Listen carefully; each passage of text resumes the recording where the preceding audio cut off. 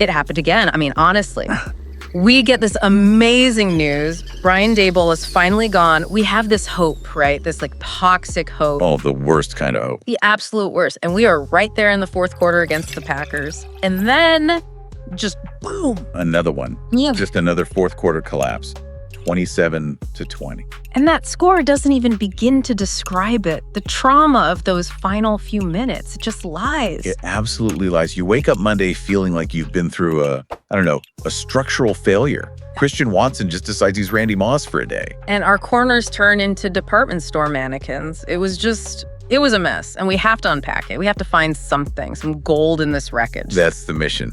Because there were a few surprising things in there. A few. But first, we have to talk about the quarterback situation. We are so excited that Jackson Dart is the future. He is the guy. 100%. But he was out. Concussion protocol. And then, of course, Cam Scatabo, who looked so promising, he's done for the season. Which means we got the full, unadulterated, uncut Jameis Winston experience. The chaos engine himself. Let's start there. Because that 27-20 score is the biggest lie of the whole weekend. It really is. It makes the game sound clean. This was not clean.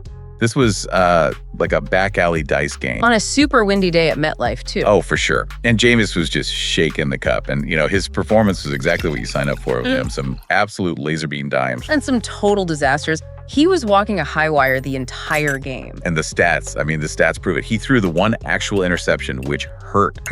Killed us. Right. But what's really crazy is that he almost threw 4 other interceptions. 4. Defenders were walking off the field just shaking their heads. He was cooking, but he was also like almost poisoning the whole kitchen. That's the perfect analogy. Yeah. The chef who makes a perfect dish, but also might burn the restaurant down. But I'll give him this, one positive. He made the playbook look like it had pages again. Before, it felt like a single Microsoft Word document. He forced them to open it up. He was aggressive. And that matters. And, that aggression, it flows right into the guy calling the plays. We have to talk about Mike Kafka. Okay, so I still really like Kafka as a head coach candidate. I do.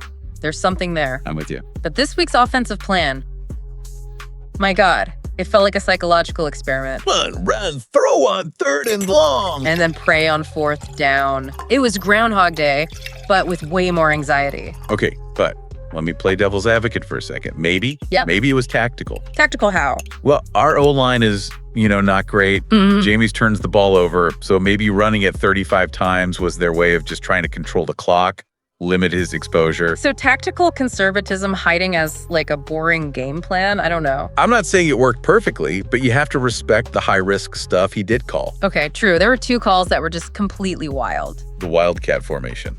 On their own 35-yard line, who does that? It's either pure genius or pure madness. I can't decide. Calculated chaos, maybe, and then planning to go for 2 if they tied it up late. Respect. I just thought respect. If we're going down swinging. Exactly. It's that weird mix of being super conservative for 58 minutes and then suddenly, pure aggression. All right, let's move from the play caller to the players, the wide receivers.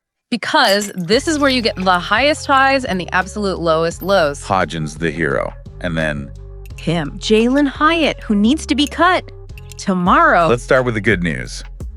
Isaiah Hodgins. I am just so happy for this guy. He was signed off the street on Wednesday, and by Sunday, he was our best receiver. That's insane. He was so underused.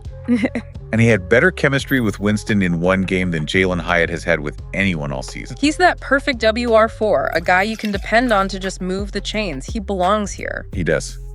And that brings us to the frustration. I have to agree with the fans on this one. He's a bust. Jalin Hyatt is a bust. His game was just ice cold. Ice cold is putting it nicely. The game-deciding interception, I mean, we all saw it. He just stopped his route. It's like he saw a squirrel on the sideline or something. Cut him. There's no coming back from that. It's a lack of effort.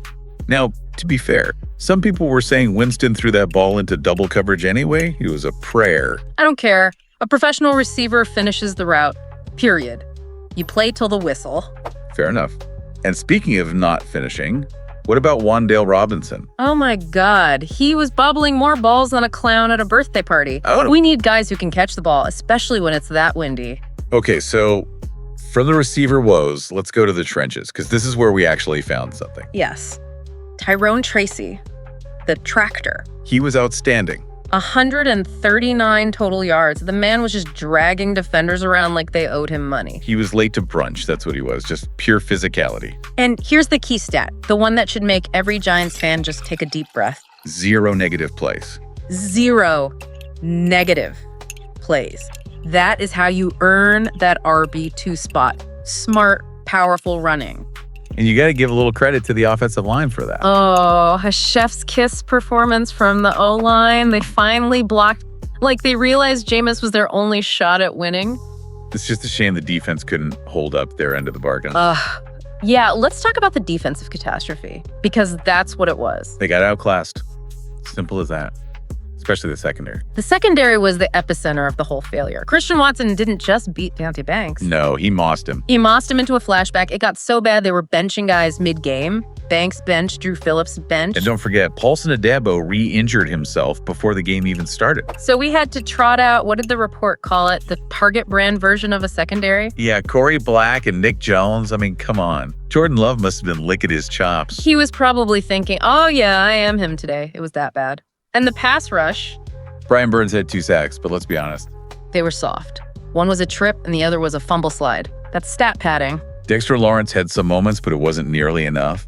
Eh. And then you have the Abdul Carter drama. Right. The punishment series. He didn't even start.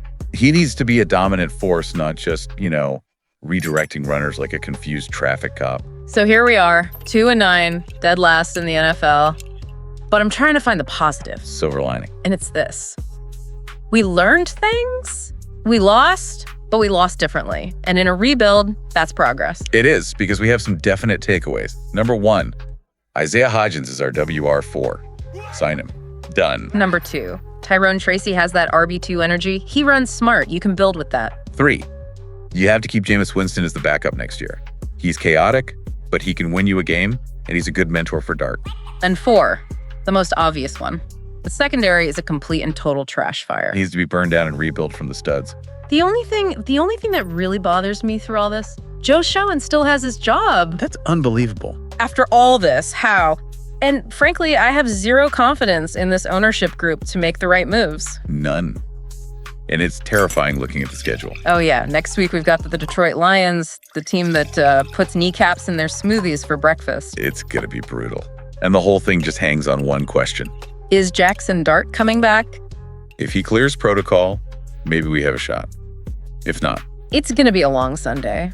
This whole conversation, who to keep, who to cut, it just proves these last few games are the preseason for next year. they're auditions. Exactly. Which leads to the real question. We know we have to shed some of these big veteran contracts to rebuild, but do we trust Joe Schoen and this ownership to do it right? Who has to go to speed this thing up and fix this secondary before we all just lose our minds? That's the question that's going to define the next 2 years for this franchise, if they get it wrong. It's more the same. Yeah. So sip slow, keep the tea hot, and as always, Let's go Big Blue. even if we're blue from crying. Just wanted to say a massive thank you for tuning in to Big Blue Tea. Absolutely. And, a huge shout out always to Black Freezy TV. Oh, For definitely. the fantastic programming, the production, everything that makes this possible. Yep, their work behind the scenes is just really appreciated. It really is. This has been Big Blue Tea.